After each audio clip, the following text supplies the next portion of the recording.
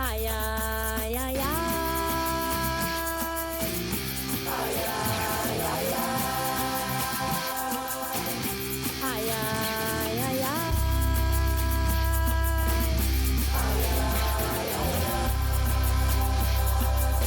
Esse coco de Cerrado vem do JK. Essa coisa de Serra vai pra Mantuá. Salve, minha gente! Estamos começando mais um encontro aqui, no chão do Planalto Central. Eu sou Sheila Campos, ativista, comunicadora e pesquisadora, e hoje eu te convido para caminhar com a gente. Este é o podcast Escola na Rua, uma idealização de Matheus Costa, junto com o movimento Escola na Rua, criado junto com a Luna Lambert. Esta segunda temporada é realizada com o apoio da Política Nacional Aldir Blanc. E se eu te dissesse que o aprendizado pula os muros da sala de aula? O caminho para o trabalho, o drible no campo de futebol, a zoada das feiras e o pulsar das ruas, tudo é lição. A vida acontece e ensina. Este é o podcast Escola na Rua. Aqui, o território é o nosso mestre e cada episódio é um espaço para ouvir, sentir e pensar a rua como um lugar legítimo de culturas, saberes e transformação. Toda cidade é feita de histórias. Algumas vivem nos livros, outras nas ruas, e são contadas por quem pisa o chão todos os dias. Está começando o podcast Escola na Rua. Só quem vive o território conta a história. No primeiro episódio desta temporada, a gente caminhou pelo Cerrado como quem caminha por uma cena viva. Falamos de arte, de corpo, de criação, de brincadeira, de cultura popular e de saberes que brotam deste território. Agora, descemos as raízes mais fundas. Vamos investigar as cosmogonias que explicam o mundo e os rituais de luta.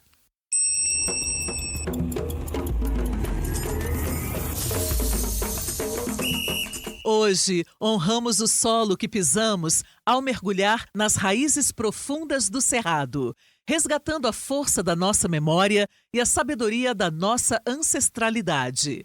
Desceremos as profundezas. Como um filtro da América profunda, as raízes deste bioma sustentam a terra e guardam as águas, preservando a esperança em meio à seca. Neste espaço sagrado, o silêncio mantém rios vivos.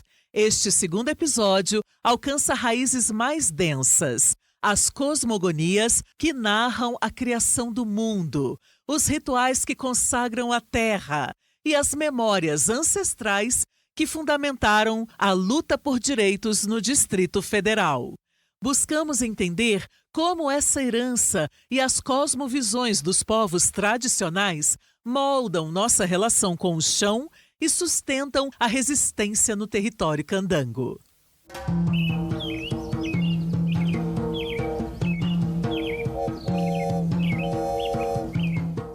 Brasília tem raízes profundas que o concreto não consegue sufocar.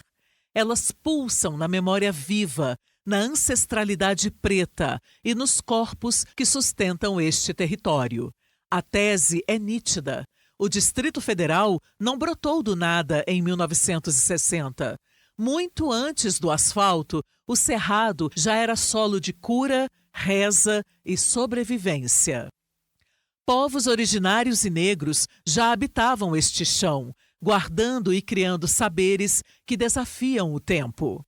Os dados ancoram nossa fé e nossa ciência, provando que nunca fomos intrusos. Há milênios, povos originários caminham por aqui, com registros de ocupação que somam 25 mil anos. No sítio Cachoeirinha, o Paranoá revela vestígios de gente há 11 mil anos atrás. Durante a construção da capital, povos como os Funiô foram braço e alma no canteiro de obras, fincando suas raízes para sempre. Hoje, a luta continua no Santuário dos Pajés e no acampamento Terra Livre, que reúne milhares de parentes em busca de direito e de demarcação. A presença dos povos originais é o alicerce silencioso que sustenta a estrutura daqui. Este episódio honra quem veio antes. É um mergulho no que a história oficial não cala. E talvez seja aí que esteja uma das perguntas mais importantes deste episódio. O que acontece quando uma cidade moderna é construída sobre um território ancestral, mas esquece de escutar as vozes que já estavam aqui? A resposta está na oralidade, no toque e na postura de quem não se curva. Preparem o ouvido e o coração, pois a história de Brasília vai ser contada como nunca foi antes.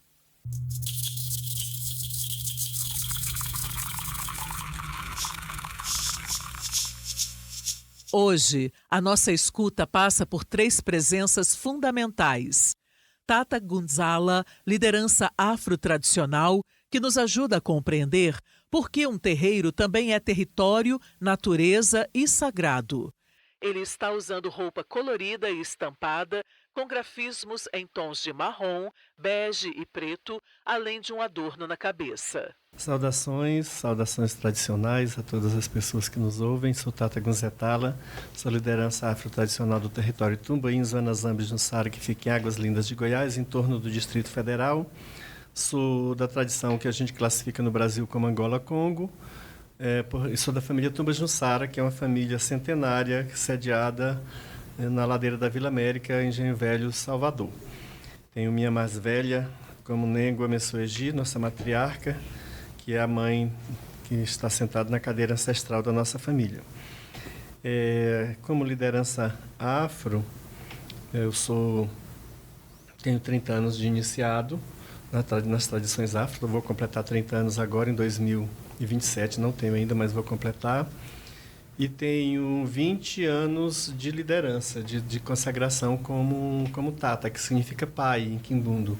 Né? Quimbundo e Kikongo é uma palavra que significa pai, a gente usa Tata, e Gunzetala é o nome que eu recebi, o nome afro, que me traz de volta a identidade afro, né, que é roubada quando da escravização, e quando a gente é iniciado nos candomblés Angola-Congo, a gente recebe chama de Digina, que significa nome em Quimbundo.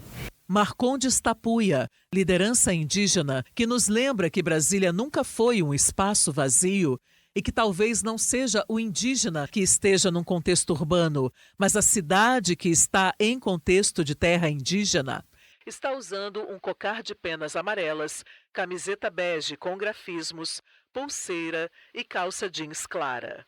Então, meu nome é Marcondes, eu sou Marcondes Tapuia, eu sou indígena, eu descendo dos Tapuias, da região de Riacho de Santana, na Bahia, e descendo também dos Chacriabás, aqui do Planalto Central, conhecido como Chacriabá do Sul.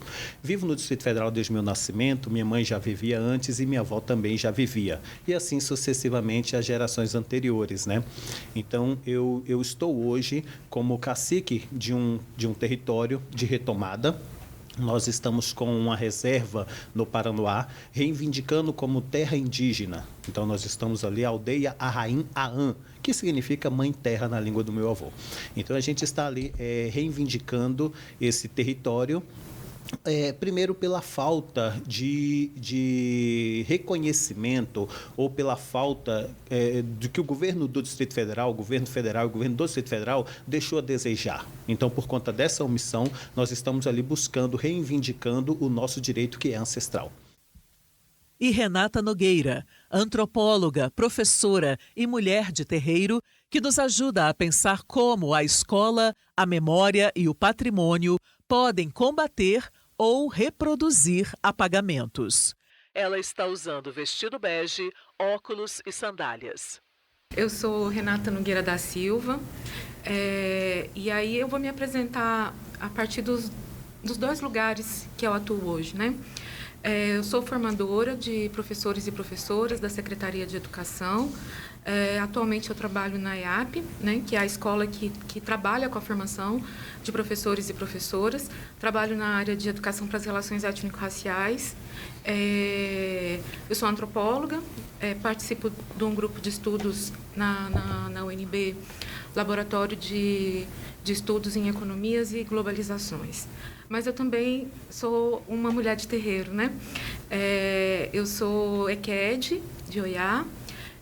Sou de uma casa do interior de Minas, né?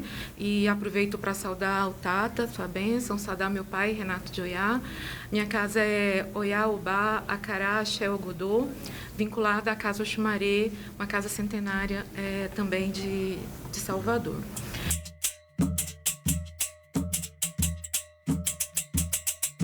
Na escola, muitas vezes a natureza aparece como conteúdo. Bioma, vegetação, clima, relevo, biodiversidade. Mas para muitos povos e comunidades tradicionais, a natureza não é um assunto distante. Ela é presença, é relação, é casa, é caminho, é força viva. A gente está na área de Cerrado, né? Quando eu cheguei há 20 anos atrás, lá que eu comprei o território há 21 anos, era uma terra totalmente degradada. E a gente conseguiu, nós temos um córrego no fundo, chama Córrego dos Camargos, que nasce e morre em Águas Lindas, porque ele nasce em Águas Lindas e deságua no Rio dos Macacos, que é o limite com outro município, com o município de Cocalzinho.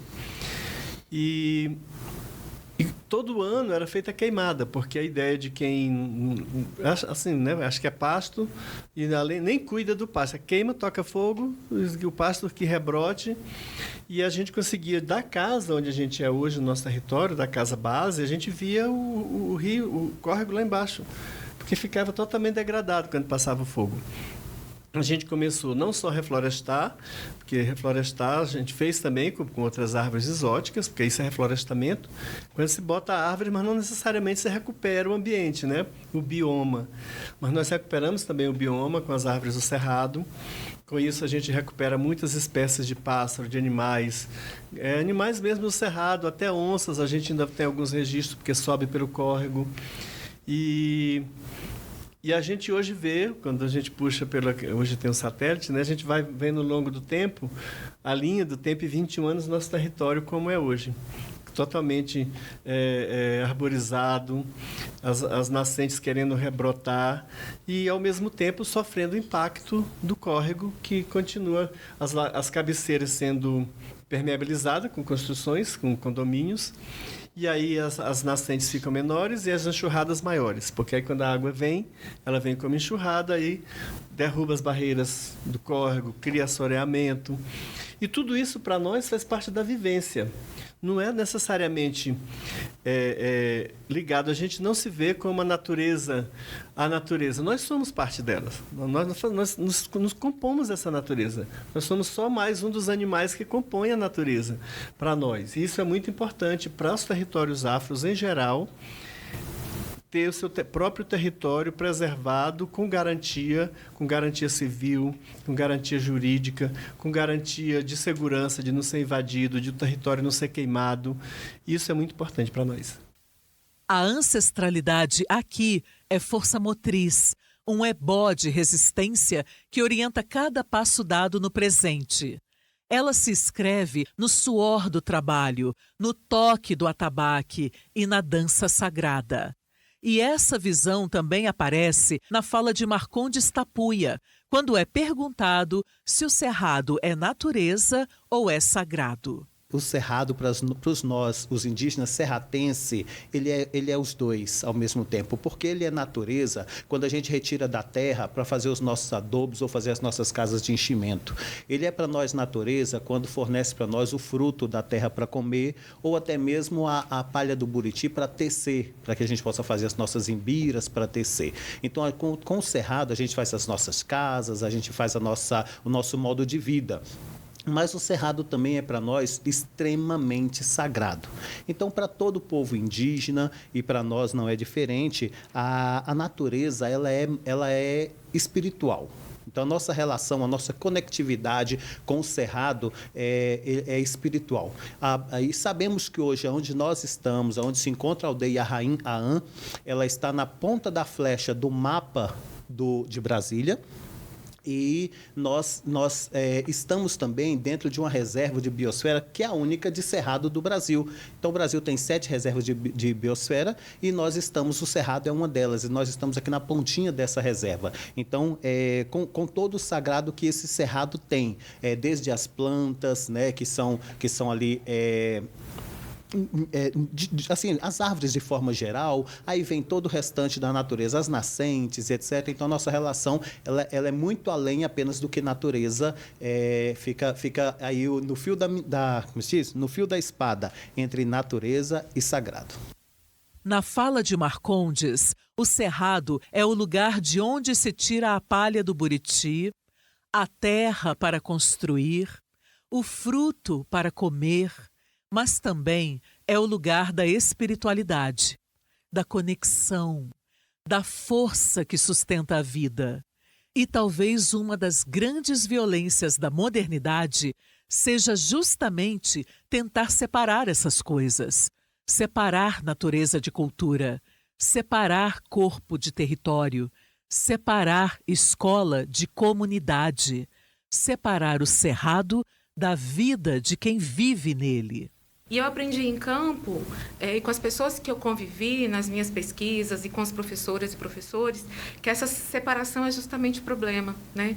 Porque como Tata falou e como o meu amigo Marcondes falou, é como se fosse separado, mas não é, né? Então, porque o sagrado e o que é sagrado depende de quem responde, né? E depende de para quem se responde, né? Então, o sagrado ele não é fixo, ele é relacional. O rio pode ser sagrado, uma árvore pode ser sagrada, um alimento pode ser sagrado. Isso vai depender do contexto, né? Depende de quem habita aquele território, de qual relação essa comunidade construiu com aquele ser ao longo do tempo, né? E de que memória está inscrita ali. Então, para dar um exemplo, a pipoca. Né? A pipoca é um alimento que nós podemos comer assistindo um filme, que nós podemos comer com os nossos amigos e amigas. Né? Tá no nosso cotidiano. Mas quando esse alimento é rezado, quando esse alimento se torna uma oferenda, por exemplo, dentro de um terreiro, ele se torna sagrado. Não porque mudou quimicamente, mas mudou a relação que se estabeleceu com aquele alimento, né? E ali tem toda uma cosmopercepção que envolve aquele alimento. Uma cosmopercepção que vai passar pelo cuidado, né? De quem vai fazer aquela pipoca, o que é que vai ser rezado, o que é que vai ser cantado, né? E o vínculo com aqueles que vieram antes, né? Então, é exatamente isso que as comunidades, seja de terreiro, seja os quilombos, ou seja, as comunidades indígenas que eu venho trabalhando ao longo dos últimos anos, me ajudam a pensar o Cerrado, né? Então, o Cerrado ele é um espaço vivido. Ele é construído pelas relações, né? E aqui a gente pode trazer o Milton Santos, né? E esse território, ele também é memória, né? A memória daqueles que habitam aquele lugar, que dão sentido para aquele lugar. Então, o sagrado está inscrito nessa materialidade. Na coleta, por exemplo, do piqui, na coleta da manga, na coleta, enfim, das frutas, né, que são características desse lugar, da forma como se relaciona com as águas. E isso tudo é um saber que é passado de forma geracional, né? E aí podemos lembrar o Ayrton Krenak, né, quando ele vai dizer que a Terra é um organismo vivo e nós somos partes dela. Nós não somos donos dela, né? Nós somos parte. E quando você entende isso, o Cerrado deixa de ser um conjunto de espécies, né? E ele passa a ser um tecido de relações entre pessoas, entre plantas, entre águas, entre memórias, né? Então, separar a natureza do sagrado é uma operação que vai contribuir para que essa terra, que é o Cerrado, se torne uma mercadoria. Essa separação ela está diretamente relacionada com esse processo de tornar essas terras uma mercadoria, né? E se a gente pensar os que nos antecederam, né, tanto os povos indígenas quanto as culturas e religiosidades de matriz africana e afro-brasileira não faziam essa separação. Um tecido de relações. Essa fala é importante, porque tecido é aquilo que se forma por entrelaçamento. Um fio sozinho não faz tecido. Uma árvore sozinha não explica o cerrado. Uma nascente sozinha não explica o território. Um corpo sozinho não explica a memória. Tudo se costura.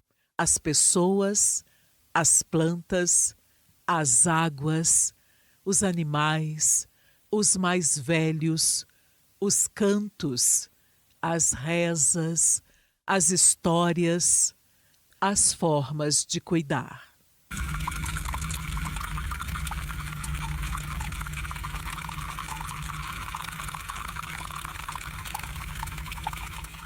E quando essa relação é rompida, não é apenas o meio ambiente que sofre. Sofre também o sagrado, sofre a comunidade, sofre a possibilidade de continuidade. Os territórios afro-tradicionais, né, que a gente chama território tradicional, dos povos tradicionais de matriz africana, comumente chamado de terreiro, a primeira percepção é de pertencimento ancestral.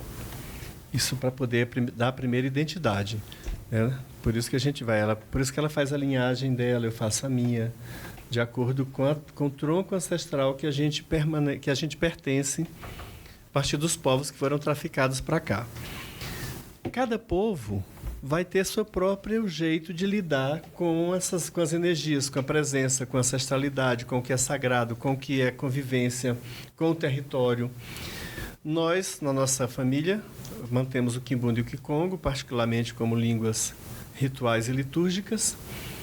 Nessa linguagem vai incluir todo a dimensão transcendente, simbólica da vivência, e na nossa vivência com a natureza vai entrar também isso, o jeito que nós falamos, com o nome que nós chamamos de determinada folha, o nome que nós chamamos de determinada árvore. E aí nós temos o que nós chamamos também, geralmente em nossas casas, eu estava até conversando com a Eked, né, que eu conheço a bênção, não sabia que naquele momento que ela era uma autoridade tradicional também. E quando a gente... Primeiro, a maioria dos nossos territórios fica ou em... o que a gente chama vai sendo expulso, né, da chamada civilização ou urbanização, porque nós somos civilizações também, né? Então a gente está em área rural, a maioria dos nossos, e a urbanização vai chegando e vai nos engolindo e vai tentando nos expulsar.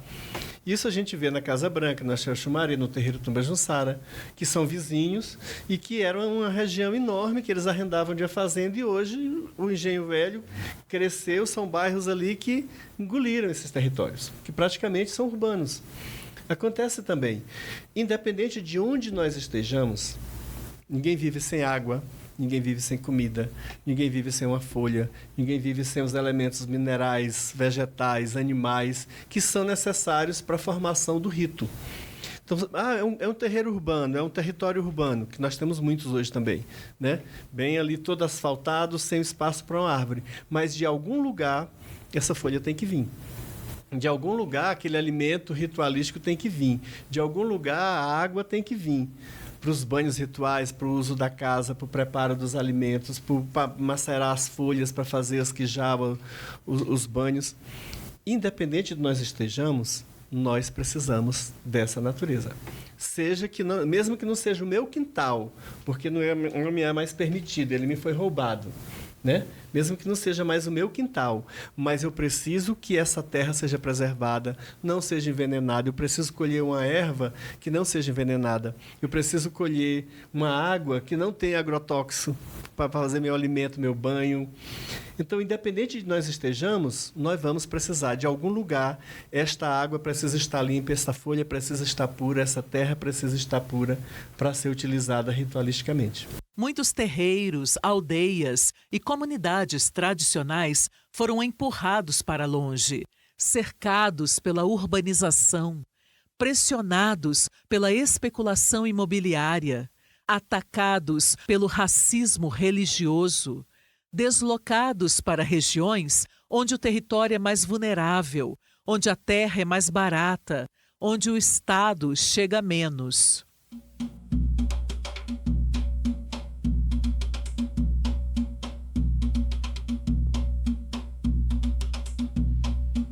E quando a natureza é atacada, o sagrado também é. Tatá conta que esse ataque não é uma abstração. Ele já viu isso de perto. A nossa casa mesmo já foi invadida pelo Estado, né? Naquela famosa busca ao Lázaro. 30 homens armados de fuzil pularam o muro e nos renderam. Tivemos que abrir todos os espaços que são reservados às pessoas iniciadas, que foram violados pelo Estado. Numa situação que não tinha nada que nos ligasse, nada que justificasse, nada que fizesse uma referência a nós, mas sob essa perspectiva de que as casas precisariam ser desmoralizadas, nós fomos uma das casas. E como nós somos uma casa articulada, fomos a última. Porque em 1 hora, 2 horas depois, a imprensa estava na nossa porta, tinha saído e parou as perseguições.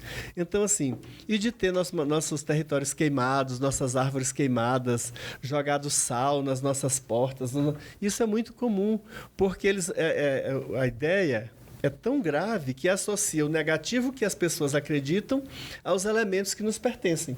Então, a árvore, se ela for sagrada para nós, para as pessoas que não conhecem, são intolerantes, são criminosos, associam essa árvore ao mal, ao demônio, quando ela é só uma simples árvore. Se ele não quiser acreditá-la como sagrada, está tudo bem.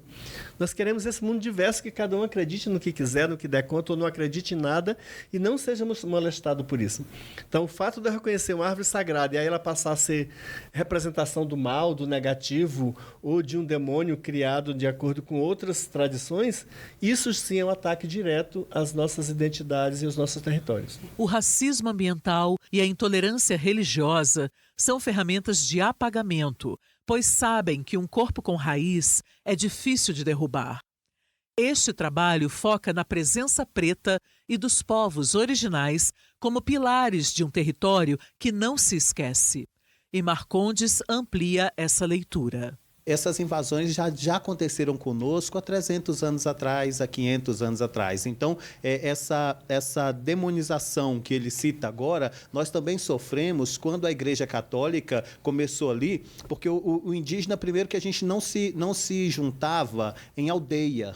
Esses aldeamentos foi algo criado pela própria igreja, entendeu? Então, a gente não... A minha família é mais de origem de viver pequenos grupos em grutas, em pequenos locais, pequenos grupos familiares, uns próximos dos outros, mas não em aldeia propriamente dita. Então, a configuração hoje que a gente conhece como aldeamento, isso foi uma forma de aprisionar aqueles indígenas que restavam após as matanças. Então, eles chegavam ali, pegavam um local, um território, no caso Brasília, já que nós estamos falando, e eu até fico impressionado pelo seguinte, porque eu estou aqui ao lado de professores e o tema é da escola na rua, não é isso? Eu tive recentemente no Conselho de Justiça, há umas 2, 3 semanas atrás, aproximadamente, e nós estivemos justamente falando sobre isso, de que a justiça precisa se alfabetizar quanto à questão indígena. E eu diria isso mesmo para as próprias escolas, para a Secretaria de Educação do Distrito Federal. Os professores do Distrito Federal precisam começar a se alfabetizar na questão da história indígena, porque a história contada até o momento é pela narrativa do opressor. A gente que foi subjugado e não tivemos a nossa oportunidade, agora, nesses momentos, é que a gente está começando a ter os espaços de fala para também contar a nossa história, o que foi vivido pelos nossos ancestrais.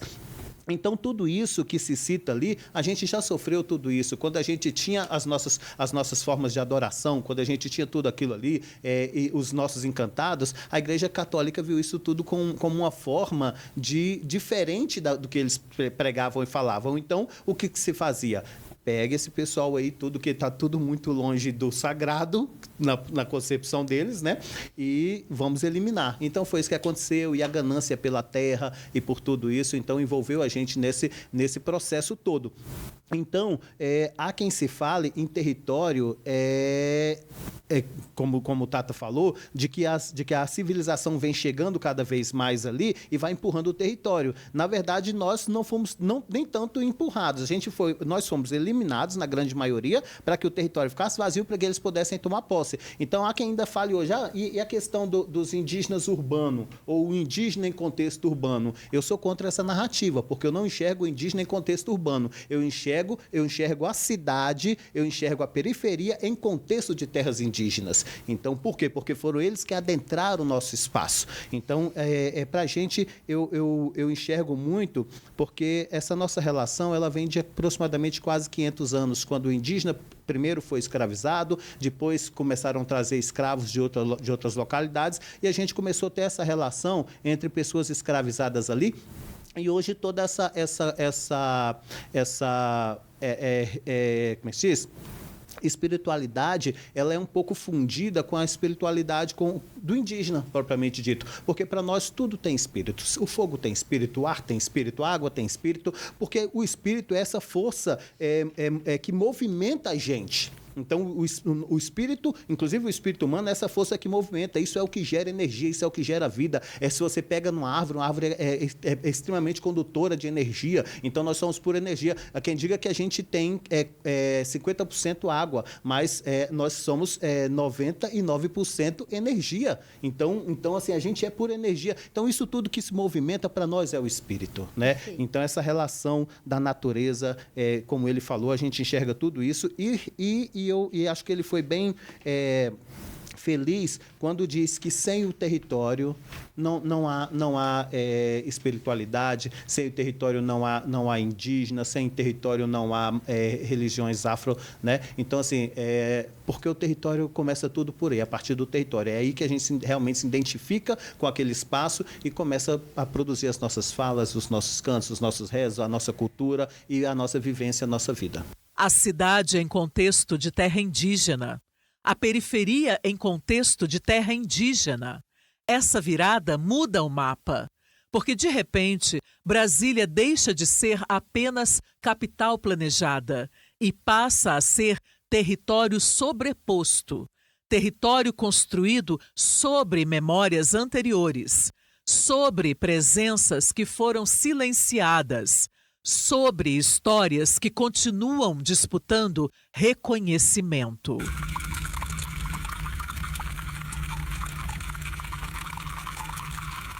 E se existe uma ponte entre essas experiências, entre o terreiro atacado, a terra indígena invadida, a escola que não ensina e o cerrado que segue sendo destruído, essa ponte passa pela memória, pelo reconhecimento e pela coragem de aprender com outros modos de existir.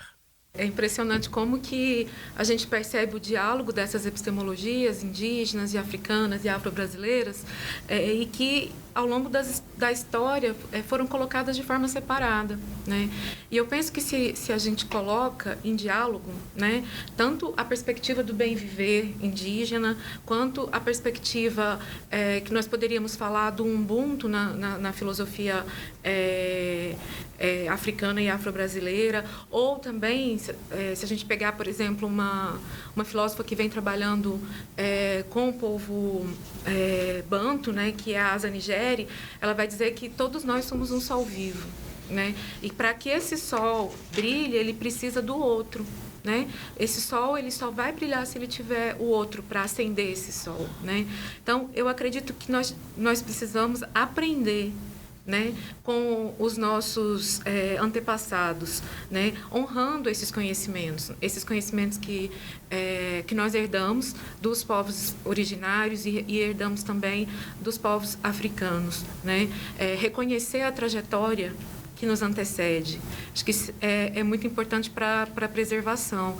E isso significa levar para a escola esse conhecimento, que muitas das vezes é marginalizado, esse conhecimento que muitas das vezes não se torna algo didático, é considerado um apêndice do saber, né? Como se não fosse importante trabalhar com essas cosmopercepções que na verdade nos civilizaram, né? Então, assim, se nós pensarmos como que nós nos constituímos enquanto povo, nós nos reunimos em torno, nós fazemos roda, nós contamos história dos mais velhos, nós comemos juntos, né? Nós cantamos, nós dançamos. E de onde que vem, né? Todo esse conhecimento.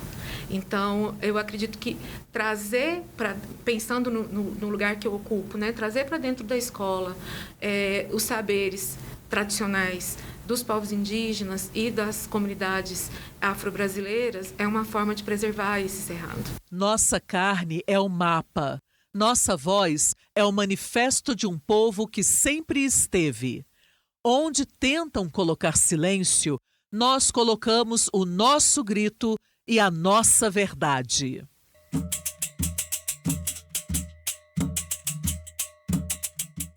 Toda sociedade tem uma forma de explicar o começo. De onde veio o mundo? De onde veio a vida? De onde vieram os rios, as árvores, os bichos, as pessoas, o fogo, o vento, o alimento? Algumas histórias foram escritas em livros. Outras foram guardadas em cantos. Outras atravessaram gerações pela oralidade, na voz dos mais velhos, na roda, no terreiro, na aldeia, no corpo, na memória.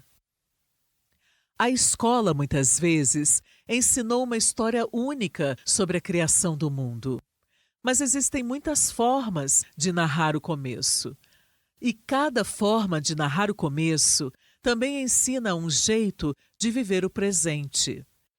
Porque a forma como um povo explica a origem da vida também revela como esse povo entende a terra, a água, o corpo, os ancestrais e o sagrado. A gente concebe Zambi Umpungo, ou Suco Calunga, Zambi Caritanga, como os nomes da consciência que erroneamente se traduz ocidentalmente como Deus. Zambi não é Deus pessoa, sentado no trono como um superego, para ser agradado, e no dia que você desagradá-lo, ele lhe pune. No nosso conceito, não. Zambi é a pura consciência. É a consciência que estava na origem, antes de que existisse tudo, já continha tudo. E esse movimento dessa consciência que começa a se expandir e começa a criar as relatividades, o universo, que a gente chama de universo. Essa expansão é a partir da consciência. O universo se expande, e aí, né, nessa infinitude que é, e chega a ponto de criar um planeta. Já vai começando parindo as individualidades, né? A matéria, até chegar ao ponto do que a gente chama de matéria, essa manifestação mais densa. E aí cria um sistema na nossa galáxia, cria um sistema ao redor do que a gente chama de estrela, uma tetêmbua. E nessa estrela se agregam vários elementos e formamos o que a gente chama de Terra. Então, a Terra é formada a partir da expansão da consciência de Zambi. Quando essa Terra se forma, ferve, congela, cria essa bolha gasosa para poder possibilitar a vida, porque se não tiver essa bolha gasosa, o mesmo sol que dá vida é o mesmo que mata, se não tiver essa bolha gasosa, que são os gases até chegar ao oxigênio que a gente respira. E aí Zambi Umpungo cria, depois de todas as manifestações, tem várias histórias. Eu vou contar uma e durante o tempo, se der, a gente fala mais de alguma. Zambi cria o ser humano, né, a partir da argila, e sopra o seu sopro e dá vida. Com o tempo, a humanidade começa a se reproduzir, aumentar, e começam a aparecer os sofrimentos, as dores, as disputas, a guerra, os problemas sociais, os problemas... E aí eles vão consultar Incuco, que é o grande sábio, que vai consultar o cesto de adivinhação, né, o Ingombo. E aí o grande sábio Incuco Alunga fala assim, olha, no raiar do dia, quando o galo cantar, vocês vão e atravessem o rio. Vocês vão para o rio, tomem um banho e atravessem o rio. Avisa para todo mundo, cada um por si. Eles chegam e avisam para o povo. No outro dia o galo canta, alguns escutam, dizem assim, está tão cansado, depois não vou. Outros estão tão sonolentos que não ouviram. E Pemba e Ndele escutam, cantar do galo e obedecem e vão para a beira do rio, tomam seu banho, atravessam. Do outro lado, eles se tornam translúcidos e passam a ser um tipo de intermediário, cria essa ideia de ancestralidade. Então, essas ancestralidades divinizadas que a gente cultua é como se fossem consciências que conscientemente atravessaram o rio, tomaram esse banho e se propuseram a mudar o rumo que a humanidade tinha criada para si. Esse é um dos mitos de criação que a gente encontra registrados também em livros e que a gente ouve, né, nas nossas histórias. E se der tempo eu falo mais de algum. O que tudo isso diz? Que tudo perpassa por Zambi. Tudo tem uma mesma origem, que é consciência, não é um Deus pessoa, né? E todas as coisas são perpassadas por Zambi. Daí que a ideia de sagrado, que quando a gente fala sagrado, e eu vejo na fala do parente Marcondes, que o sagrado não é um modelo ocidental. Porque o modelo ocidental sagrado já vem da etimologia da palavra separado. É algo que está de fora para você adorar. Para nós, a gente usa essa palavra sagrado porque a língua termina sendo limitativa, né? Mas para nós não. O sagrado nos compõe. E a gente está tudo junto nessa consciência de Zambi. Não estamos separados do sagrado. Percebe como essa narrativa muda a forma de olhar para o território? Se tudo nasce de uma mesma consciência, a árvore não é só árvore. A água não é só recurso. A terra não é só propriedade. O corpo não é só matéria.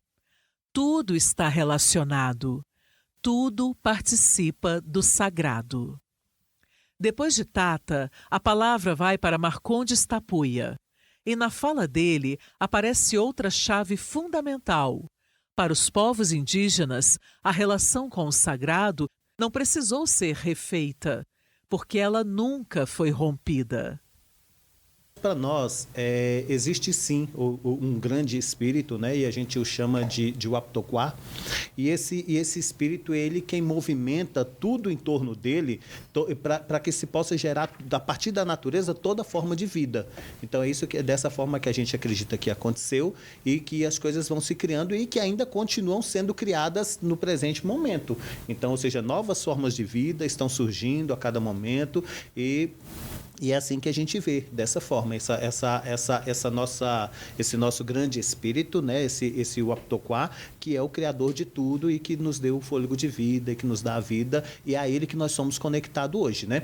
Eu não sei se as religiões todas acreditam a mais ou menos parecido, né? Eu vejo que o cristianismo não diverge muito. Em alguns momentos, quando a igreja chegou aqui, eles até acharam muito surpreendente, porque eles vêm com a história do Cristo e nós também tínhamos, os Tapuia também tinha essa história de que o filho mais novo havia vindo e aí o filho mais velho veio, de Waptoquá também veio para resgatar o outro. Enfim, tem tudo isso, né, que é essa consciência espírito que passa a todos nós. Então, eu acredito mais ou menos dessa forma. Apesar de nós indígenas não termos uma religião propriamente dita, né? Ou seja, eu até gosto, assim, porque toda religião, ela vem dos ismos. O que é o ismo? É o finalzinho ali da palavra. Então, vem o cristianismo, vem o budismo, o kardecismo, e assim sucessivamente. Então, esses ismos todos, eles estão vinculados diretamente com a religião. Esse religare, que tenta religar o homem à divindade. Quando eu penso dessa forma, eu enxergo que em algum momento foi rompido entre essas crenças e entre esses povos, essa relação com o seu sagrado, com o grande espírito. E nós, indígenas, não temos religião porque a gente nunca precisou se religar, porque essa nossa relação nunca foi rompida. Essa frase abre um caminho importante. Não precisar se religar, porque a relação nunca foi rompida. Na palavra religião, muita gente costuma ouvir a ideia de religar o ser humano ao sagrado. Mas Marcondes lembra que existem povos para quem essa separação não é o ponto de partida. A terra, o espírito, a água, o corpo e a comunidade continuam conectados.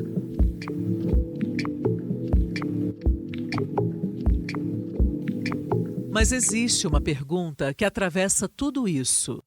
Se essas histórias explicam o mundo, se esses saberes ensinam cuidado, se essas tradições continuam vivas, por que a escola ainda mostra povos originários como se estivessem presos em uma imagem antiga, congelada, distante da cidade, distante da universidade, distante da periferia? Faz parte do processo de apagamento histórico que a gente sofreu. Inclusive aqui no Distrito Federal, a gente sofreu esse apagamento e quando isso aconteceu, a igreja ali na época vinha impondo o cristianismo, tentando como é que se diz? Implicar a religião, já que nós não temos religião, querendo nos implicar uma certa religião. Isso tudo foi acontecendo, então tudo que a gente tinha, eles iam endemonizando ali. E aí a gente foi tomando essa característica meia mística, eles foram folclorizando a gente, né? Mas eu estou aqui hoje para dizer que eu não sou nenhum folclore, não. A gente é pessoa comum, a gente trabalha, a gente vive, a gente respeita a natureza, porque a gente sabe que se a gente, que da forma que, principalmente hoje, que as pessoas estão fazendo, que a humanidade tem feito, vai se tornar irreversível a questão com a relação homem-natureza, né? Então, a gente tem essa preocupação muito grande, porque a natureza, para nós, ela é sagrada, sim, né? Então, eu acredito que essa visão hoje do jovem, de às vezes nos ver na rua e pergunta se a gente é brasileiro ou qualquer coisa desse tipo, é por falta realmente de conhecimento, porque por conta dessa invisibilidade que as autoridades, que o governo, que as escolas fizeram ao longo desse tempo. Então, a gente precisa reverter tudo isso, precisa recontar essas outras narrativas todas para que a gente pare de ser meio mítico e passe a ser tratado como pessoa comum, como cidadão. Eu não sou nenhum folclore. Essa frase precisa ser escutada com atenção, porque transformar um povo em folclore também é uma forma de apagamento. É tirar dele o presente, é negar sua voz política, é negar sua presença na cidade, é negar que ele estuda, trabalha, reivindica, pesquisa, cria, ocupa a universidade, ocupa território, ocupa a palavra. Quando a escola ensina apenas o indígena do passado, ela ajuda a esconder o indígena que está vivo no presente. E quando ela trata os saberes ancestrais como curiosidade, ela deixa de reconhecer esses saberes como conhecimento. A aproximação, eu acho que se relaciona com essa vivência do mundo de forma integral e não fragmentada, né? Então, nós fragmentamos o mundo, né? E eu penso que a escola faz isso muito bem, né? Quando ela divide o conhecimento em várias caixinhas: português, matemática, história, geografia, e é como se não tivesse diálogo. E o mundo não é pensado assim. As raízes profundas do Cerrado também são raízes de encontro, mas não um encontro romântico, um encontro atravessado por violência, escravização, expulsão, apagamento, sobrevivência e reconstrução. Povos africanos foram arrancados de seus territórios. Povos indígenas foram expulsos dos seus. E neste país, marcado pela dor da colonização, muitas formas de resistência nasceram justamente do encontro entre aqueles que tentaram apagar. Toda história que fala de memória também precisa falar de apagamento. Toda história que fala de território precisa falar de disputa. E toda história que fala do sagrado precisa perguntar: por que, se o Cerrado é sagrado, por que ele continua sendo destruído? Nossos povos tradicionais, seja dos candomblés, das umbandas, da Jurema, do catimbó, do Xangô, da Casa das Minas, do Terecô, né, do Jaré, que são várias tradições afros referenciadas e que conversa também com as identidades dos nossos povos originários do Brasil. Nós temos um conceito. E para nós, aquela ideia, o sagrado não está separado, nós compomos eles, não está. Então, em tese, se nós fôssemos o conceito de sociedade dominante, se nós fôssemos nós que tivéssemos organizado essa sociedade, provavelmente o Cerrado não seria hoje o bioma mais destruído e mais ameaçado do Brasil, do território do Brasil, que é o Cerrado e a Caatinga. Né? Provavelmente não seria. E como que faria com tanta gente que vai? A gente daria um jeito, encontraria um jeito, porque a gente entenderia que a gente também faz parte do Cerrado. Aquele animal que compõe o Cerrado, ele não precisa ser destruído, ele faz parte de mim também. Ele precisa conviver comigo, porque ele também está dentro desse sagrado, sempre entre aspas, né? Porque a gente fala sagrado na nossa perspectiva. Como a sociedade que nos domina, que nos predomina, tem uma outra lógica, é uma lógica de consumo, é uma lógica de mercado, é uma lógica do capital. E todo esse capital, todo esse mercado e todo esse consumo vai precisar o quê? De território. E esse território não passa a ser nada mais, nada menos do que só produção de capital. Então, o Cerrado se transforma em monocultura, não interessa quem vai morrer de fome, quantas nascentes vão ser destruídas ou envenenadas, não interessa quantas espécies vão ser extintas, seja de árvore, de animais, não interessa. O importante é produzir mais soja, é produzir mais milho, é produzir tudo para um mercado internacional. E muitas vezes, na maioria das vezes, essas monoculturas de grão não é nem para alimentação. Não está nem porque se tudo isso, nós não teríamos milhões de pessoas passando fome. Então, é uma lógica de mercado que nós continuamos sendo vítimas, estamos inseridos nela. Termina que, de alguma forma, a gente também contribui, porque a gente também consome esses bens, a gente também, de alguma forma, mas porque a lógica essa é a lógica dominante. Se o Cerrado continua sendo destruído, é porque a lógica dominante não é a lógica afro, que é o território, nos pertence biomiticamente, não é só físico. A gente faz parte biomiticamente do Cerrado e de todo o território da terra, como para os nossos parentes indígenas e os povos que se referenciam nas ideias ancestrais, não necessariamente em religiões ou mercado. A lógica dominante. Essa expressão é importante, porque a destruição do Cerrado não acontece só porque alguém derrubou uma árvore. Ela acontece quando uma forma de pensar o mundo se impõe sobre outras.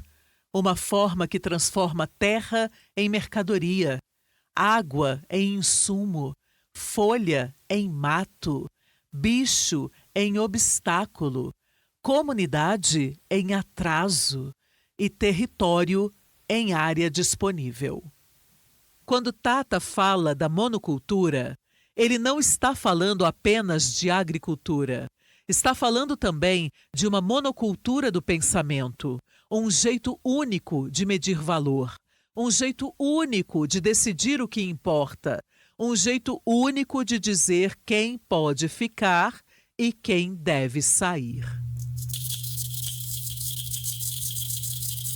Marcondes Tapuia amplia o conflito. No Brasil, ou seja, esse modo de organização ocidental, infelizmente, foi dividindo tudo ali em pedaços separados, em territórios. Para o indígena não existia fronteira, não existia Brasília ou Bahia. Era tudo o nosso planalto, o nosso território aqui. Não foi a gente que inventou muro, muito menos cerca. Então, para a gente não existe essa divisão. Mas eles gostam muito de dividir. E quando dividem isso, ficam ali de um lado aquelas pessoas que focam no plantio, nas grandes fazendas de plantios de sementes, no caso Tata já falou sobre isso, e em alguns pontos ficam a gente indígena nos nossos territórios.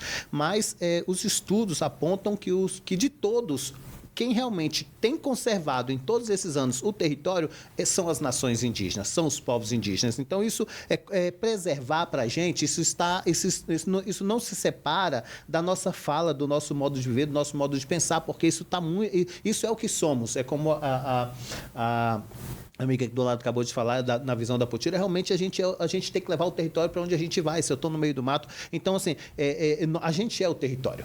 E aí, quando ele acaba sendo destruído, ele não está sendo destruído dentro das reservas indígenas, entendeu? Não pelas comunidades indígenas, está sendo destruído pelas pessoas que estão predando a mãe natureza para focar lucros imediatos. Então, ou seja, que estão ali destruindo, querendo minerar, querendo plantar, e a gente observa, tem até um ditado que já está aí na boca de todo mundo, que para a reversão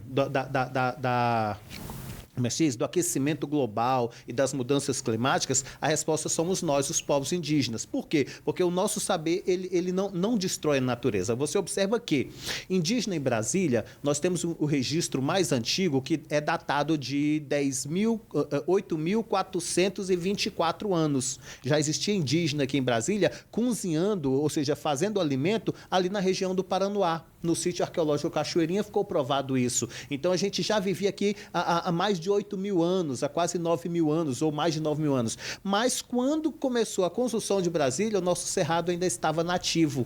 A gente não havia destruído esse cerrado ainda. E, nos últimos 60 anos, acabou tudo que se tinha em Brasília, e hoje Brasília está um concreto só. É pelas estradas, é pelos prédios, pelas moradias, etc. Então, a gente observa que quem consegue destruir são as pessoas que não têm nenhuma relação com a natureza, sabe? Não tem essa relação. Então, essas pessoas destroem, e é por isso que estão destruindo. E com falta de sabedoria, porque quando eu tenho ali, um exemplo, uma fazenda de soja que tem 1.000 hectares de soja, ele precisa desmatar ainda para plantar mais soja? É o que eles pensam, mas isso é ruim, porque no mesmo espaço que já foi desmatado até o presente momento, ele se pode ter mais sementes naquele mesmo espaço, desde que ele introduza duas colmeias de abelha dentro de 1 hectare de soja, ele vai ter 20% mais soja, então você vai produzir grãos maiores, etc. Então nem sempre a visão é só de desmatar, de depredar, de destruir. Então é isso que choca e é isso que os povos indígenas se reúnem anualmente aqui no acampamento Terra Livre para poder trazer a nossa cosmovisão, as nossas observações e, mais uma vez, repetir, a resposta somos nós. A resposta somos nós. Essa frase não é só uma afirmação política, é também uma proposta de futuro, porque se os povos que mais preservam são justamente aqueles historicamente expulsos, perseguidos e silenciados, talvez a saída para a crise não esteja em inventar tudo de novo. Talvez esteja em escutar quem nunca rompeu completamente a relação com a terra.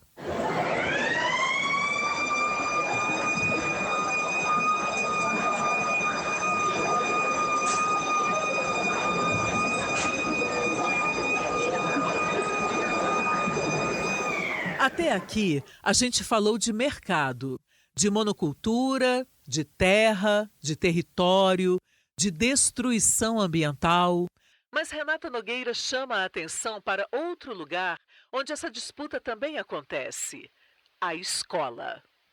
Tem uma diferença enorme entre um conhecimento que estrutura o currículo, né, e um conhecimento que entra como anexo. E eu vejo que o conhecimento afro-brasileiro e indígena, embora tenha mudado bastante, ele ainda entra como anexo, né? Ele entra como dia festivo, no dia das populações dos povos indígenas, que nós tivemos uma mudança na terminologia o ano passado, né? Que, olha só, povos indígenas que passou a ser povos originários do ano passado para cá. Mas o quanto a gente ainda tem nas escolas se falando de Dia do Índio. E a forma como esse dia é celebrado. Ou, o ano passado também, nós tivemos o dia 20 de novembro considerado feriado nacional, né? O que não era. A gente tinha, em alguns estados, em alguns municípios, um feriado, em alguns lugares, facultativo. Mas o que isso representa, de fato, na forma como esse conhecimento tem sido levado para a escola, né? Então, a história e a cultura indígena, quando aparecem na escola, aparecem como anexo, aparecem como celebração, e não algo que passa o nosso currículo, né? Então, a gente precisa questionar essa perspectiva, né? E aí a gente precisa desafiar a hierarquia dos conhecimentos que são levados para a escola. né? E aí eu quero citar um colega que pesquisou no Jalapão, o Guilherme Fagundes, né, nos mostra, por exemplo, a partir da sua pesquisa sobre o manejo do fogo no Cerrado, né, ele vai mostrar, por exemplo, como que essa questão do fogo ela é tratada de forma diferente, por exemplo, entre comunidades quilombolas e comunidades indígenas, que o fogo ele tem uma função e não é uma função de destruir, como às vezes a gente vê se colocar fogo para destruir, né? Então, o saber ancestral, ele não é reconhecido como um conhecimento legítimo, né? Ele é tratado como um obstáculo, ele é tratado como folclore, ele é tratado como coisa do passado e não como presente, né? É por isso que é tão difícil pensar, por exemplo, mitologia africana na escola, né? Ela é presente. E ninguém se questiona a mitologia grega.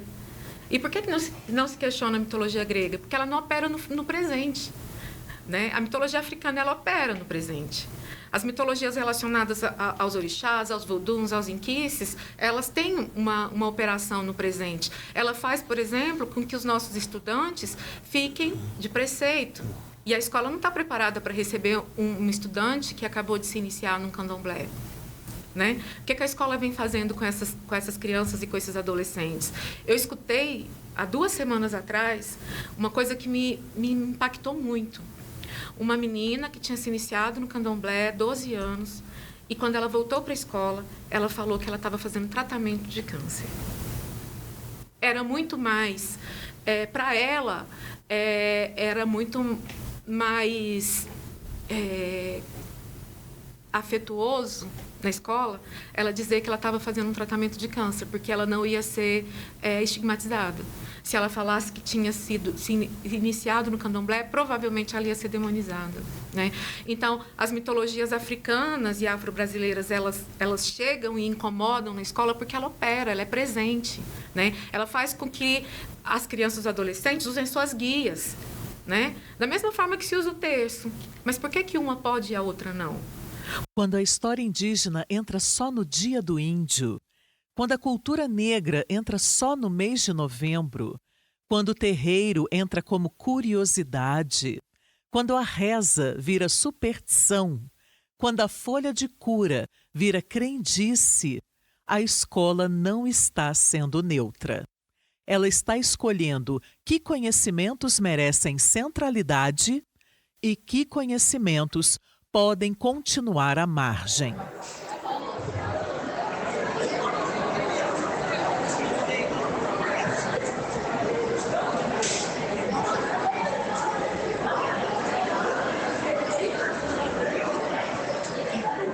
E é por isso que, depois de atravessar o conflito, a nossa conversa precisa chegar na juventude, na escola, na periferia, porque é ali que muita coisa ainda pode ser recontada. Explicar para um jovem de 15 anos o que é ancestralidade. Primeira coisa, que ancestralidade não é passado, ela é também o passado. O ancestral também está no passado, mas se ele estiver só no passado, ele é um ancestral só histórico.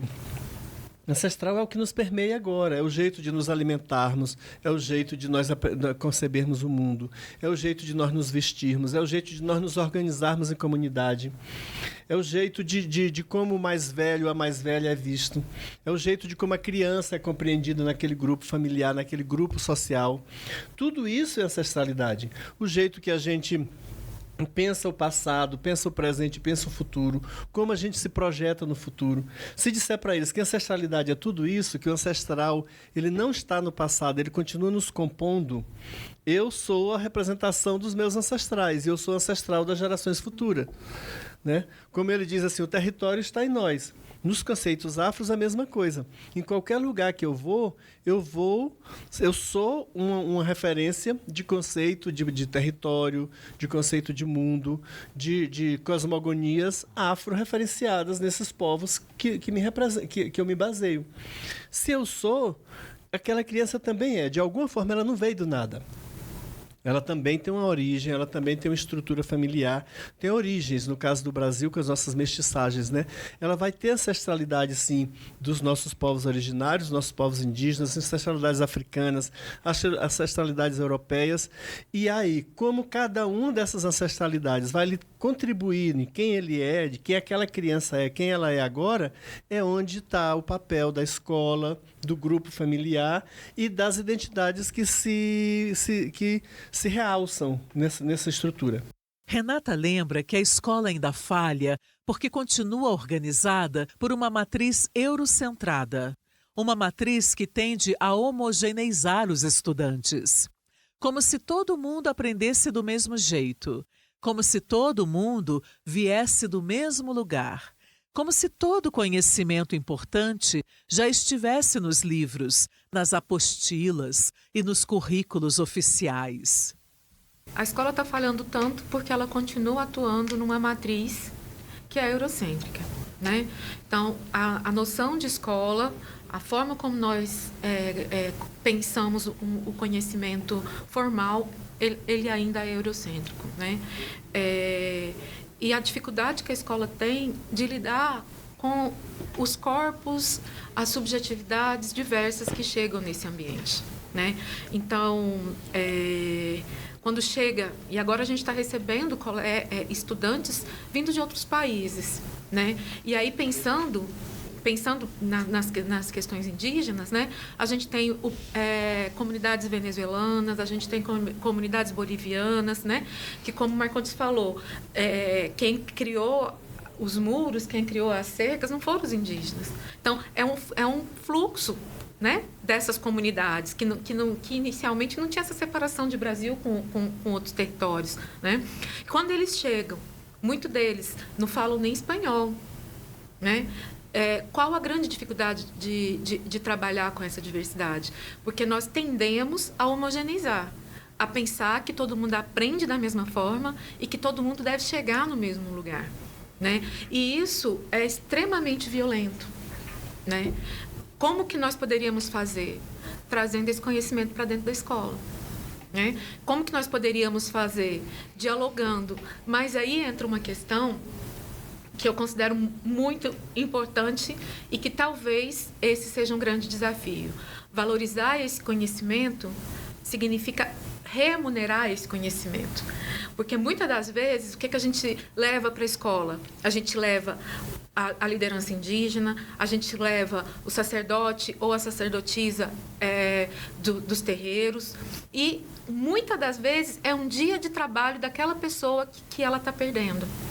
E como que o Estado vai trabalhar com isso, né? Então, os saberes, né? São os mestres e mestras do saber que, em alguns estados, já são remunerados, mas aqui não, né? Então, eu vejo que a gente tem um grande desafio, trazer para dentro da escola e trazer de uma forma que remunere, né? De uma forma que esse conhecimento seja socializado por aqueles que são os detentores desse conhecimento, mas que também não oneremos esses produtores de conhecimento, né? Quando a gente leva, por exemplo, uma transista para a escola, é um dia de trabalho dela no salão, né? E muitas das vezes essas pessoas vão felizes, porque é uma das formas que elas entendem de comunicar, de socializar aquele conhecimento. Mas é uma reflexão que eu tenho feito muito, né? De como remunerar, né? E, ao mesmo tempo, a gente tem muito que aprender. Quando a gente olha esses jovens, por exemplo, se a gente for falar de ancestralidade, talvez nessa terminologia ele não vai entender. Mas se a gente vai falar de rede de afeto, quando a gente vai falar, por exemplo, o que significa para ele, por exemplo, o hip hop, o que significa para ele a capoeira, o que significa o conhecimento da avó, que pode ser que ele não vai falar como pagelância ou ele não vai falar como saber ancestral, mas ele sabe que aquela erva serve para a gripe. Ele sabe que aquele alimento serve para aquela outra coisa. E talvez o que a escola não tem feito é traduzir esse conhecimento para a ancestralidade, né? Então, a gente precisa traduzir esse conhecimento que está na vida, que está vivenciado, para a ancestralidade. E quando a gente traduz isso, a gente vai trazer esse conhecimento indígena, africano, afro-brasileiro. Traduzir o conhecimento que está na vida. Essa talvez seja uma das tarefas mais bonitas da escola. Porque tem estudante que talvez nunca tenha ouvido a palavra ancestralidade, mas sabe que a avó fazia um chá para gripe. Sabe que a comida da casa tem história. Sabe que a roda de capoeira ensina respeito. Sabe que o hip hop fala da quebrada. Sabe que o grafite marca presença no muro. Sabe que a rima organiza dor, denúncia e sonho.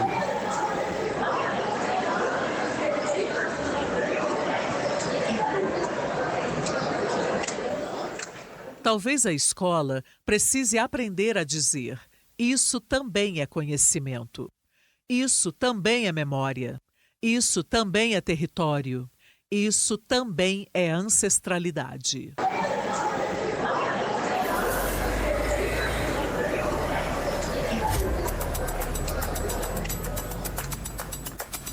E aí, a conversa chega em uma pergunta ainda mais direta. A gente está falando de memória, de território, de sagrado, de povos originários, de terreiros, de povos originários, de terreiros, de escola. Mas e quem está ouvindo agora? Quem está no ônibus em Ceilândia? Quem caminha por Planaltina? Quem volta da escola em São Sebastião? Quem atravessa o Paranoá? Quem mora em Samambaia, no Recanto, em Santa Maria, em Águas Lindas, no entorno? A ancestralidade ainda mora nesses lugares? Ou ela foi apagada? Olha, com o mundo hoje globalizado, é difícil a gente entender uma periferia que está desconectada. Então, assim, se nós vamos encontrar os mesmos heróis e heroínas, os mesmos ídolos, em qualquer lugar. Sabe? Tanto no plano piloto como lá em Águas Lindas. Porque agora, quando falar de ancestralidade, não podemos esquecer que nós não temos só a realidade objetiva comunitária, nós temos realidades virtuais, que vão nos perpassar em todos os lugares, desde as aldeias mais remotas até o centro de São Paulo, o lugar mais urbano. E esse outro mundo paralelo, ele termina atraindo e consumindo tempo, atenção, e não se engane, não tem nada de inocente por trás. Ali tem todo um arcabouço pensado para padronizar o mundo a partir de uma matriz dominante, de uma matriz de pensamento. Mesmo quando apresenta os nossos elementos, seja afro, seja indígena, podem ver que tem sempre um toque de exotização. Nunca parece que é uma coisa natural, que faz parte de um povo e que convive naturalmente com a gente e que pode conviver, nesse caso, pode conviver em Águas Lindas de Goiás e pode conviver no centro de Brasília, pode conviver na aldeia Tapuia, aqui no Paranoá, e pode conviver em qualquer lugar. O difícil é dizer para essa juventude, seja de periferia, que está, em grande medida, fora do sistema, que muitas vezes eles não se apercebem. Eles só são manipulados pelo sistema, mas eles não se percebem que o sistema não é pensado para eles, não é pensado para incluí-los, não é pensado para incluí-los em nada, nem nos seus valores, nem nos seus projetos, nem nos seus sonhos, nem principalmente nos postos de liderança, como o nosso cacique falou. Como é que o médico não pode ser um médico indígena? Por que a medicina lá não pode ser considerada ciência? Por que ciência tem um padrão europeu dominante e já criado? Então, é dizer assim, olha, a ancestralidade tem que estar onde a gente estiver. Se esse jovem da periferia se conceber a partir da escola, a partir dos referenciais, inclusive a gente usar os meios de comunicação e midiáticos também para disseminar isso, dizer assim, onde você estiver, você representa a sua ancestralidade. Pode conservar os seus aprendizados ancestrais, como disse a professora Renata Nogueira, seja o benzimento, seja uma comida, seja um chá, seja um jeito de vestir, seja o jeito a hora de tomar banho. Tem que tomar banho em tal hora. Às vezes isso assim, o ensinamento da avó fazia assim. Não pode dormir sem fazer isso. ele pode conservar isso em qualquer lugar que ele tiver. Mas, infelizmente, a periferia está fora e não é reforçada que as ancestralidades também sejam mantidas lá. Agora, quando a gente pensa como periferia, no sentido de periférico, de fato, as ancestralidades estão, sim, no arcabouço periférico da sociedade. E o jovem de periferia também tem sido atropelado nessas coisas. Então, quando falta isso e falta o ensinamento nas escolas e até mesmo não só na escola, mas no dia a dia, em todas as rodas de conversa, todos os pontos de conversa, eu observo que a questão dessa ancestralidade para o jovem de periferia, ela fica um pouco... como é que se diz? Deixando de existir. Porque ele está tão forçado a pensar nesse mundo moderno que ele vive, no agora, que ele esquece até mesmo do pai, da mãe, ele está ali só no o mundo dele é aquilo ali, ou é um celular, ou é um joguinho, alguma coisa, e ele está esquecendo daquelas antigas brincadeiras que se tinha de rua, brincadeira em beira de fogo, as brincadeiras que tinham antigamente. Então, já não existe mais. O jovem mal pode se sair de dentro de casa, né? Porque dentro da periferia ele acaba sendo, como é que se diz? Opresso, tanto por alguns pontos da periferia, como pelo Estado ali dentro. Renata propõe um caminho pedagógico muito concreto. Às vezes, antes de falar ancestralidade, é preciso perguntar: de onde veio a sua família? Qual cheiro lembra sua avó? Que comida te leva para casa? Que música conta sua história? Que saber você aprendeu sem perceber que era saber? E quando a gente faz esse caminho, a ancestralidade deixa de parecer distante. Ela aparece no grafite, na rima, no hip-hop, na cultura que a juventude periférica cria para nomear a sua própria experiência. Quando eu comecei a trabalhar com filosofias, cosmopercepções indígenas e afro-brasileiras nos meus cursos de formação, sempre que eu falava de ancestralidade, eu percebia que tinha uma vinculação direta com religião de matriz africana. E é isso que causa um distanciamento, muitas das vezes, para se falar de ancestralidade, né? E eu não tinha noção de que havia esse colamento entre falar de ancestralidade e falar de religião de matriz africana. Eu fiquei muito surpresa quando eu percebi que isso estava presente nos professores e nas professoras. Se isso está presente nos professores e nas professoras, como que a questão da ancestralidade vai aparecer lá na ponta para o estudante? Muitas das vezes vai estar relacionado ao que foi demonizado, né? Então, eu comecei a não falar de ancestralidade. Começar a falar daquilo que nos constitui. Pai, mãe, avô, onde eu nasci, né? Então, eu fiz uma atividade com os professores e com as professoras muito elementar. Peguei o mapa do Brasil e pedi para eles irem colocando onde você nasceu, de onde vieram os seus pais, de onde vieram os avós e até onde nós conseguíamos chegar em termos de passado, de biografia. Nós não passamos dos bisavós, né? E aí, quando fui fazendo isso e fui perguntando, o que é que você lembra, o que é que você tem de memória do seu avô, da sua avó, do seu pai? Pode ser um cheiro, pode ser uma comida, pode ser uma música, né? E depois que eu fiz isso, eu falei, isso é ancestralidade, né? Isso parece muito elementar, mas quando você tira, né, essa relação da ancestralidade, porque, infelizmente, as nossas escolas, muitos dos nossos colegas, ainda levam uma perspectiva muito cristianizada da escola, para a escola, né? Então, há uma recusa em trabalhar nessa perspectiva, né? Então, com isso, onde eu quero chegar? Nós precisamos, então, retomar aquilo que faz sentido para os estudantes. E como que os estudantes vão elaborar esse passado? E eu vejo que nas periferias isso está elaborado onde? No grafite. Isso está elaborado na rima. Isso está elaborado no hip-hop. E esse hip-hop pode ser, inclusive, gospel, porque é a forma como se dá, se ressignifica essa violência, que ela é policial, que ela é estrutural, né? Então, trazer isso para dentro da escola significa entender que a cultura dos nossos estudantes pode ser diferente da minha, mas eu preciso valorizar essa cultura. E pode ser, como eu estou dizendo, nas nossas periferias, eu entendo que falar de periferia, falar de juventude, nós temos que falar de hip-hop. Né?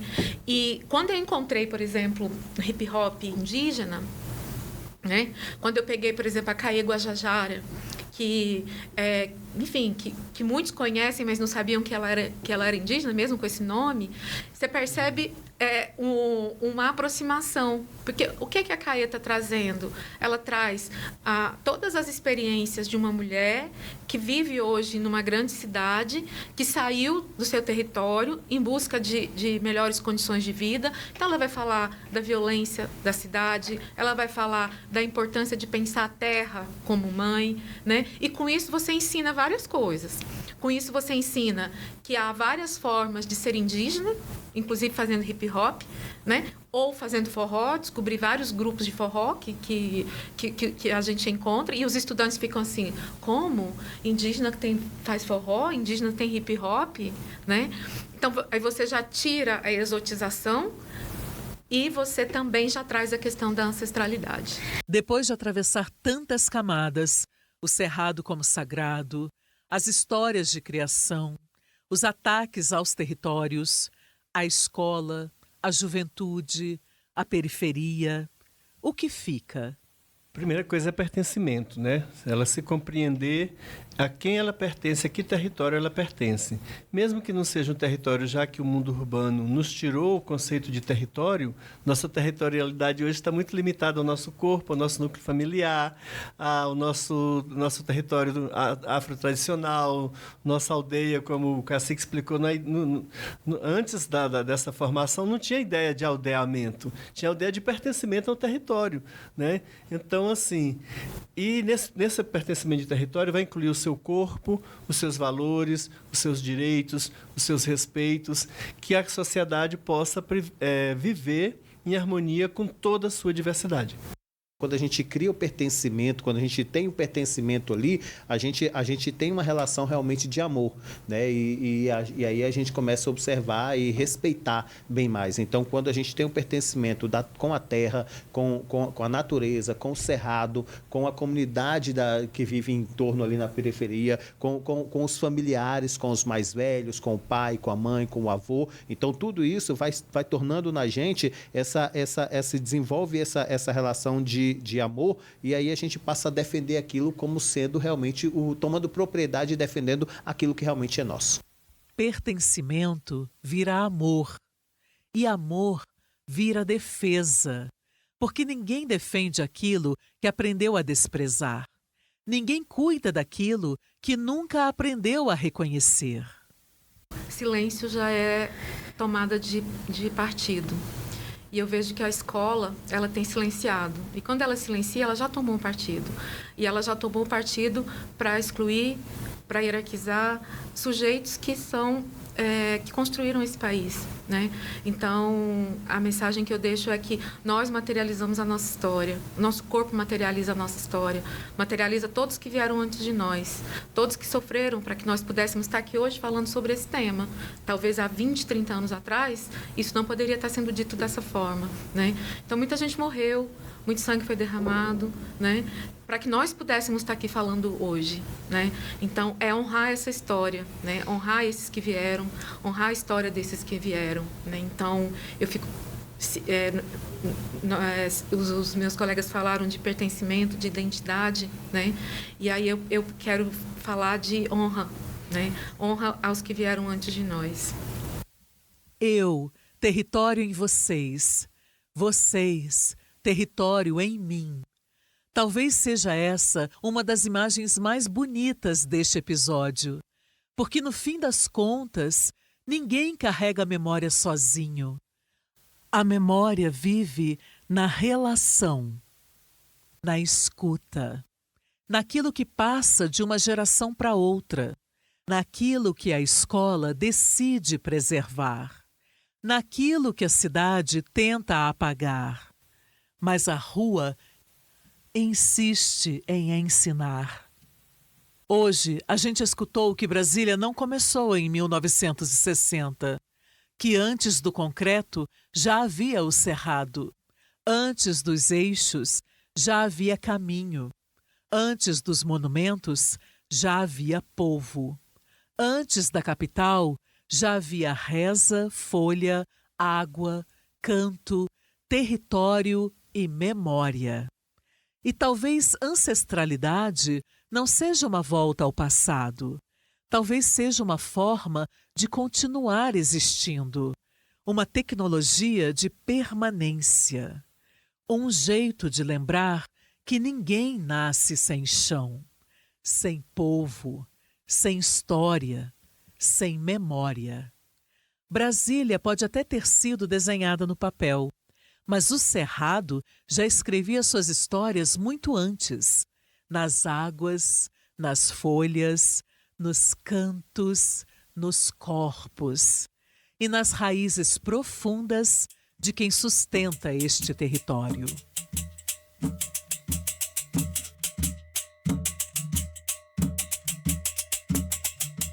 Você ouviu o podcast Escola na Rua, um convite para escutar, sentir e viver o território como espaço de aprendizagem, cultura e transformação. Esta segunda temporada é uma idealização do movimento Escola na Rua, realizada com o apoio da Política Nacional Aldir Blanc. A ficha técnica deste projeto tem coordenação geral de Matheus Costa, produção executiva de Luna Lambert, produção radiofônica de Maria Cleudes Pessoa, coordenação de pesquisa de Daniel Miojo, roteiro de Cristiane Sobral, assistência de coordenação geral e videomaker Cristiano Silva, design, edição e distribuição de Jano Ário Júnior, social media de João Vick e apresentação de Sheila Campos. Você acabou de ouvir o podcast Escola na Rua. Não deixe de acompanhar também os outros episódios. O Escola na Rua é uma iniciativa que enxerga o território por sua memória, sua cultura e faz disso educação. Siga, compartilhe e escute o território. Obrigado por estar conosco. Acompanhe o projeto nas redes sociais, @Escola na Rua. Eu sou Sheila Campos e te encontro no nosso próximo episódio. Vai chover, vai secar. Vai chover, vai secar. Vai chover, vai secar.